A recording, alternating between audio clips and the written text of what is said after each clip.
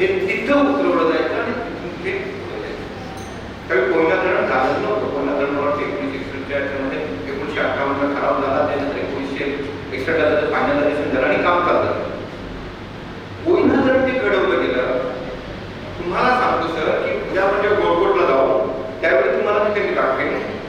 तिथे त्यावेळी आज आपल्याकडे ट्रेन सर्वत्र झालेले आहे. ट्रेन हा भाग त्यावेळी फार नवीन होता. शासनाने एखादी ट्रेन आता पण काढायला तर शासनानं त्या बेसवर त्या फाउंडेशनवर क्रेन ठेवली आणि कोयनाचं जितकं अवजड सामान होतं. मी का सांगते आमच्या वास्तविकची खोली किती होती हे तुम्ही अर्थ करा. तर तेथे संपूर्ण जितकं अवजड सामान आलं ते बोटीने आमच्या गोडकोट इथे आलं आणि गोडकोट मधून ते क्रेन मोठ्या गाड्यांना कोयना. म्हणजे तुम्ही थोडासा विचार करा की आमच्याकडे सगळं वाहतूक किती मोठ्या प्रमाणात. 1984-85 माझं स्वतः चालवलं खाडीपट्ट्यामध्येच आहे. 1984-85 पर्यंत मी मला कवी 1980 रिपोर्टला माझा डिप्लोमा झाला. पण 84-85 पर्यंत मी माझ्या आंतरामध्ये किंवा दावलखाडीमध्ये फक्त वाचन आणि ती हा जो भाग झाला त्याच्यामध्ये काही प्रकार घडले. त्याच्यामध्ये काय घडलं तर कोयना धरणाची निर्मिती. कोयना धरणाची निर्मिती करताना काय करण्यात आलं की पुराची तीव्रता तुमच्या लक्षात यावी म्हणून या गोष्टी मला बेसिक सांगतोय की कोयना धरण त्यावेळी केलं. याच्यामध्ये मोठ्या प्रमाणात दगड डोंगर कोयना टनेल्स तयार करा. टनेल्सची निर्मिती झाल्यानंतर त्याच्यामध्ये दगड मोठी मॉकिंग म्हणून ते संपूर्ण तत्कालीन असणाऱ्या 3-4 महिने चालणाऱ्या वाशिष्ठी नदीच्या किनारी ठेवण्यात आणि आजची काही प्रमाणात आपल्याला 1909 ला पण चिपळूणात पूर आला होता. त्यानंतर काय झालं तुम्हाला साहेबांनी सांगितलं 1935 ला पण पूर येऊन गेला. पण 1961 च्या निर्मितीनंतर त्या कोयना धरणाची निर्मिती झाल्यावर ते दगड होते तिथे टाकण्यात आलं आणि चिपळूणला येणारी ती कोळकेवाडी धरण पुढे झालं आणि चिपळूणची वाशिष्ठी नदी बारमाही व्हायला लागली आणि तिथं ते जनरेशनचं पाणी आहे ते वाशिष्ठी काढलं. याचबरोबर थोडंसं झालं की आम्ही विकासाच्या नावाखाली केमिकल इंडस्ट्रीमध्ये गेलो. केमिकल इंडस्ट्रीमध्ये गेल्यानंतर काय झालं की आमच्याकडे बॉयलर्स घ्यायला तुम्ही वरच्या भागामध्ये गेलं तुम्हाला झाडं दिसणार नाही. कोयनेचा पूर्ण सह्याद्रीचा पट्टा घट्ट घनदाट जंगल वेगवेगळे प्राणी होते. कोणी जाऊ शकत. शिवाजी महाराजांच्या काळामध्ये पांडवकालीन याच्यामध्ये काही प्राणी आम्हाला उल्लेख देतात की ते डोंगरावर बसलेले होते. पण त्या थोड्या प्रमाणात ते लोकसंख्या नव्हती. आज त्या वाडीवाडी पण घनदाट जंगल होते.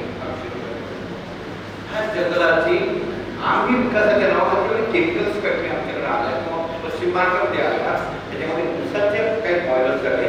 त्या बॉयलर्ससाठी आपल्या कोकणामध्ये मोठ्या प्रमाणात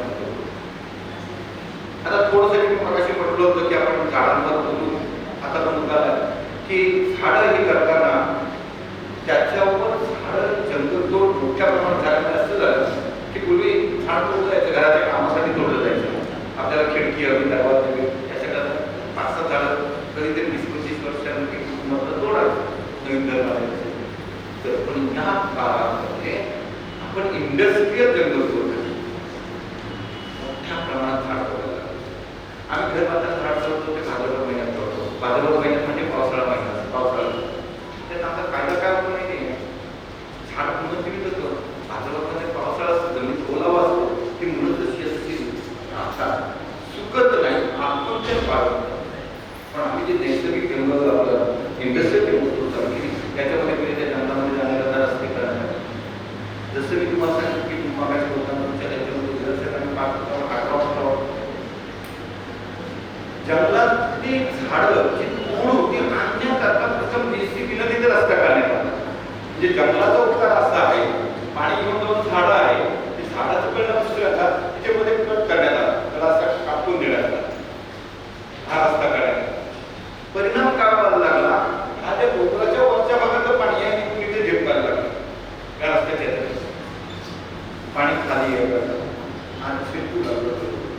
हे चिरकून जर खालच्या बाजूला झाड असतील ते झाड मुळं जमीन धरून ठेवण्याचं काम करतात. झाड वापरून जातात ते आम्ही त्याच्यामध्ये नष्ट केलं आणि भूस्खलनाला आणखी एक मोठा परिणाम तुम्हाला सांगतो जो आपल्याला अभ्यासामध्ये आला नाही. झाड एवढंच काम करत नाही. झाड काय काम करतं तर झाडाची संपूर्ण गोलाई असते आणि तुम्ही बघाल बहुसंख्य झाड ती पानगळी करतात. जानेवारी हे निसर्गाचं चक्र आहे, निसर्गाचा नियम आहे. पानगळ करता त्याची दोन कारणं होतात. एक त्यांना माहिती असतं की आमच्या जमिनीतील पाण्याची क्षमता कमी होणार आहे, पाण्याचं प्रमाण कमी होणार आहे, आम्हाला कमी पाणी द्यायला पाहिजे. आम्ही कसं विचार करतो पावसाळ्यामध्ये कमी पाणी द्यायला पाहिजे, आम्हाला उन्हाळ्यात जास्त पाणी द्यायला आमच्या कामाचं.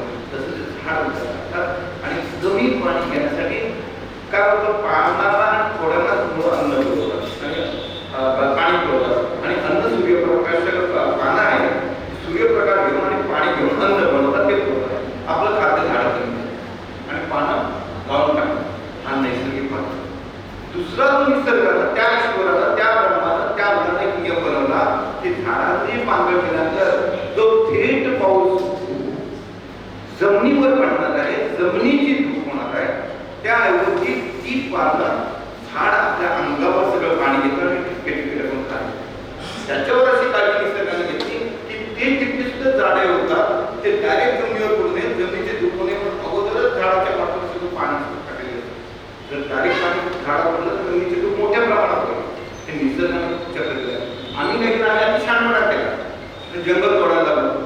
हे पण निसर्गाने म्हणजे तो पहिला पाऊस पडेल, जोराचा पाऊस पडेल तर जमिनीवरती धूळ तयार होते. ही न करण्याची जी किमया निसर्गाने केली तर आम्ही संपूर्ण जमीनच वरचे पहिले थर करून टाकला.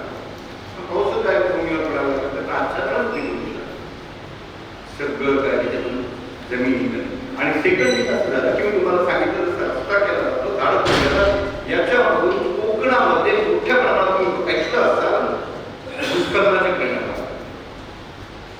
आणि भूस्खलन काय झालं तर आमची नदी जी मी तुम्हाला मगाशी सांगतो ज्या गोलकोटमध्ये मोठ्या भूती येत होत्या 40-70 फूट त्याचा बॉटम मिळत नव्हता. आज तुम्ही उद्या उदाहरणाच्या भरतीला उदाहरणाच्या भूतीला घातलेला की प्रत्येकाने विचार करा की सगळी नदीचं पात्र वाढून दिसते. काय केलं आम्ही नदीला संपतो पण हे संपलं काय परिणाम झाला. हे सगळं संपल्यामुळे नदीची जी क्षमता होती की आम्ही 165 पासून वाढवायला लागला. त्याचा परिणाम आम्ही 2021 नदी सोडत नाही. तुम्ही जे काही निसर्गाला द्याल त्याच्यात 8 कोटी निसर्ग तुम्हाला मदत करणार आहे. आम्हाला वाटते आम्ही आमचा विकास करतोय त्याच्यावरती आणखी एक मुद्दा तुम्हाला सांगतो ज्याचा माझा शासनावर आरोप आहे. आज करायचं नाही पण ही भूमिकामध्ये जनजागृती होणं गरजेचं आहे की आम्ही आमच्या कोकणच्या विकासासाठी हायवे तयार करतो. हायवे तयार करताना असं महत्वाचं होतं की निसर्गाला धरून निसर्गाचा विचार करून हा हायवे झाला नाही. पण या हायवेच्या पट्ट्यामध्ये इथे उभे राहिला आताच उच्च अधिकारी साहेब आहेत DYSP साहेब आहेत परशुरामामध्ये माती खाली आहे. हायवेचा निसर्गाचं वाटोळ या थोडासा कन्सेप्ट वेगळा केला असता कोकणची विजन वेगळी केली असती तरी सुद्धा बरंच काही विचार करणार. आम्ही विकास नाही तर विनाशाकडे जातोय. हा जिथला कोकणचा भाग असेल महाड असेल अनेक ठिकाणी हा दरडी आता पोहोचत राहणार आहे. विकास नाही करत. आणि याच्याबरोबर तुम्हाला आणखी मी अभिमानाने चिपळूणकरांच्या वतीने सांगतो की चिपळूणकरांचे माझे सर्व साथीदारांना प्रश्न या हायवेवरती मोठ्या प्रमाणामध्ये वृक्षतोड करण्यात त्यावेळी आज 2019 पासून आम्ही मानतोय. उपोषणाची नोटीस दिली आहे. परवा आम्ही उपोषण करण्याचा प्रयत्न पण केला होता का तर ह्या हायवेला झाडं लागली. हा पुलाचा परिणाम आम्ही जो 2021 ला बोललो आमची पुढे भोगणार आहोत हा आजचा नाही आहे. त्याच्या मागचे सगळी कारण आहे. कारण हायवेला पुष्कळ नव्हत्या हायवे एवढा रुंद केला आहे डोंगर फोडले हा विकास नाही आणि शासन जे दुर्दैवानं सांगावं लागतं आमच्या कोकणी लोकांना हायवेची गरज नाही.